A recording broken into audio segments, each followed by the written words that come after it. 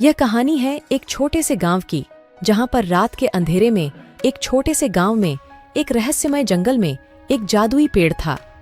गांव वाले इस पेड़ के बारे में कई किस्से सुनते थे, लेकिन किसी ने उसकी सच्चाई को नहीं देखा था। एक दिन गांव का एक बच्चा नीला उस जंगल की ओर बढ़ा। उसका दिल उत्साह से भरा हुआ था। जंगल में पहुंचकर नीला ने वहां एक विशेष पेड़ देखा जिस पर रंगीन पत्तियां थीं। वह पेड़ बोला, तू यहाँ कैसे आया नीला? नीला हैरान हो गया क्योंकि पेड़ बिना मुंह के बोल रहा था। पेड़ ने कहा, मैं एक जादुई पेड़ हूँ, मुझ में बहुत सी शक्तियां हैं। नीला उत्साहित होकर बोला, मुझे वो शक्तियां दिखाओ। पेड़ ने अपनी शाखाएं हिलाईं और एक जादुई पत्ती नीला को दी। यह पत्ती तुझे किसी भी वस्तु को हर रंग में दिखा सकती है। नीला ने पत्ती को लेकर गांव वापस गया और लोगों को यह दिखाया। सभी हैरान हो गए और उससे विभूत हो गए।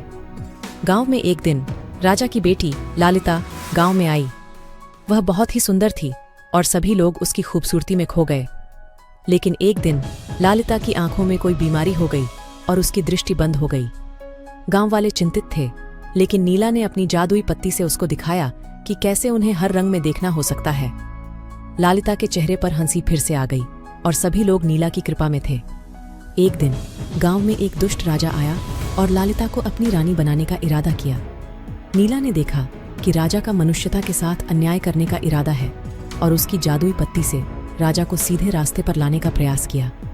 राजा ने जादुई पत्ती की शक्ति से सही रास्ते पर लौटा और उसने अपनी गलतियों का आभास किया। राजा ने लालिता से माफी मांगी और अब से वह एक न्यायप्रिय राजा बन गए।